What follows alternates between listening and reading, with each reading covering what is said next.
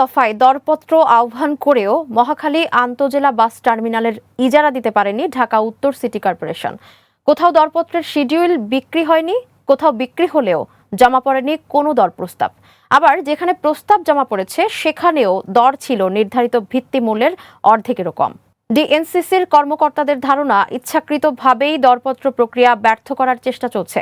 কারণ নিয়ম অনুযায়ী টানা 3 দফা দরপত্রেও কাঙ্ক্ষিত দরদাতা না পাওয়া গেলে ভিত্তিমূল্য পুনর্নির্ধারণের সুযোগ থাকে।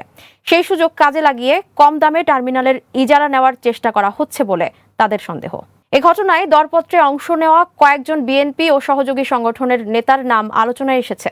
তবে সংশ্লিষ্ট নেতারা অভিযোগ অস্বীকার করে বলেছেন, বর্তমান ভিত্তিমূল্য ইজারা নিলে লাভ করা সম্ভব নয়। এ বিষয়ে ডিএনসিসির প্রশাসক শফিকুল ইসলাম খান জানিয়েছেন, কোনো রাজনৈতিক চাপ বা কৌশলের কাছে নতি স্বীকার করে নিয়মের বাইরে কাউকে কম দামে ইজারা দেওয়া হবে না।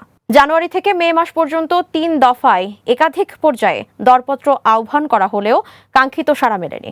প্রথম দফায় 11টি শিডিউল বিক্রি হলেও কোনো দর প্রস্তাব জমা পড়েনি। দ্বিতীয় দফায় কিছু প্রস্তাব এলেও সেগুলোর দর ছিল ভিত্তিমূল্যের অনেক নিচে।